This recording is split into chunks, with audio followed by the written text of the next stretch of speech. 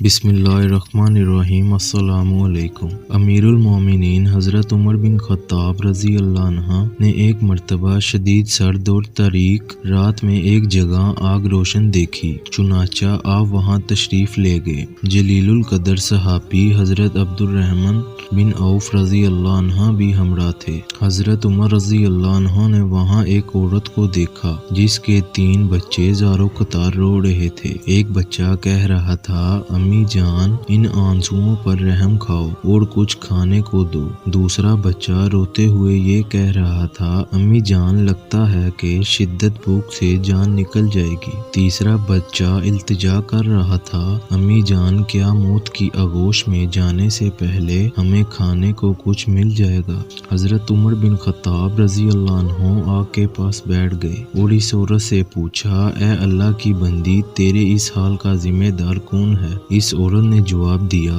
اللہ، میری اس حالت کا ذمہ دار امیر المومنین عمر ہے۔ حضرت عمر نے اس سے فرمایا، کوئی ہے جس نے عمر کو تمہارے حال سے آگاہ کیا ہو؟ عورت نے جواب دیا، ہمارا حکمران ہو کر وہ ہم سے غافل رہے گا؟ یہ کیسا حکمران ہے جس کو اپنی رعایا کی بھی خبر نہیں؟ یہ جواب سن کر حضرت عمر بن خطاب رضی اللہ عنہ اس وقت مسلمانوں کے بیت المال گئے اور دروازہ کھول کر ایک بوری آٹا، گھی اور شہد کا ایک ڈبہ نکال کر بیت المال کے چوکی دار سے فرمایا، انہیں میرے پیٹ پر لاد دو۔ چوکی دار نے عرض کیا، اے امیر المومنین، آپ یہ چیزیں خود نہ اٹھائیے بلکہ میرے پیٹ پر لاد دیں۔ حضرت عمر رضی اللہ عنہ کے انکار کے باوجود چوکی دار نے کوشش کی کہ سامان خود اٹھائے، لیکن امیر المومنین حضرت عمر رضی اللہ عنہ نے اسے سختی سے منع کر دیا اور فرمایا، تیری ماں تجھے کھو دے، یہ سامان میرے پیٹ پر لاد دو۔ کیا قیامت کے روز تم میرے گناہوں کا بوجھ اٹھاؤ گے؟ یہ کہہ کر آپ رضی اللہ عنہ نے آٹا، گھی اور شہد اپنے پیٹ پر لاد لیا۔ جب اس عورت کے پاس پہنچے تو آگ کے پاس بیٹھ کر ان بچوں کے لیے کھانا پکایا۔ جب کھانا تیار ہو گیا تو اس میں گھی اور شہد ملا کر اپنے ہاتھوں سے بچے کو کھلایا۔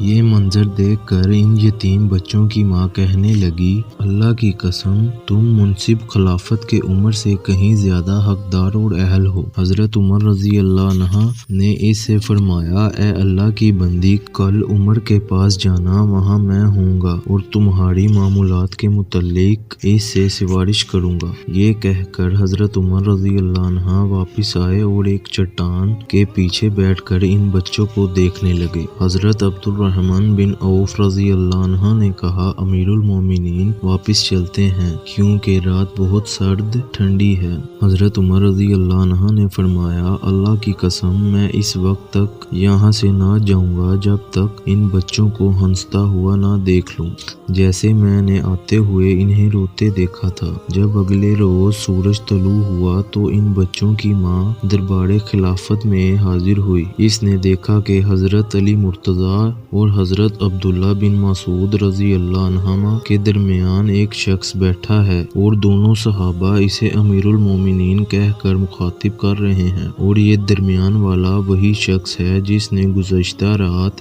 اس کے بچوں کی خدمت کرتے ہوئے گزاری تھی اور جس سے اس عورت نے کہا تھا کہ میری اس حالت زار کا ذمہ دار عمر ہے۔ چنانچہ جب اس عورت کی نظر حضرت عمر رضی اللہ عنہ پر پڑی تو شرمندہ سی ہو گئی۔ حضرت عمر رضی اللہ عنہ نے عورت سے فرمایا، اللہ کی بندی، تیرا کوئی قصور نہیں، اب بتا تو اپنی شکایت کتنی قیمت کے عوض فروخت کرے گی؟ اس عورت نے عرض کی، اے امیر المومنین، میں نے آپ کو پہچانا نہیں تھا، مجھے معاف کر دیجیے۔ حضرت عمر رضی اللہ عنہ نے فرمایا، اللہ کی قسم جب تک تو اپنی شکایت میرے ہاتھ بیچ نہ دے اس وقت تک یہاں سے نہیں جا سکتی۔ بالآخر حضرت عمر رضی اللہ عنہ نے اس خاتون کی شکایت اپنے مال خاص سے 600 درہم میں خرید لی اور حضرت علی مرتضیٰ رضی اللہ عنہ کو کاغذ قلم لانے کا حکم دیا اور یہ تحریر قلم بند کروائی۔ ہم علی اور ابن مسعود رضی اللہ عنہما اس بات پر گواہ ہیں کہ فلاں خاتون نے اپنی شکایت امیر المومنین عمر بن خطاب کے ہاتھ فروخت کر دی ہے۔ اس کے بعد امیر المومنین عمر بن خطاب نے فرمایا جب میری وفات ہو جائے تو اسے میرے کفن میں رکھ دینا تاکہ میں اس کو لے کر اللہ تعالیٰ سے ملاقات کروں۔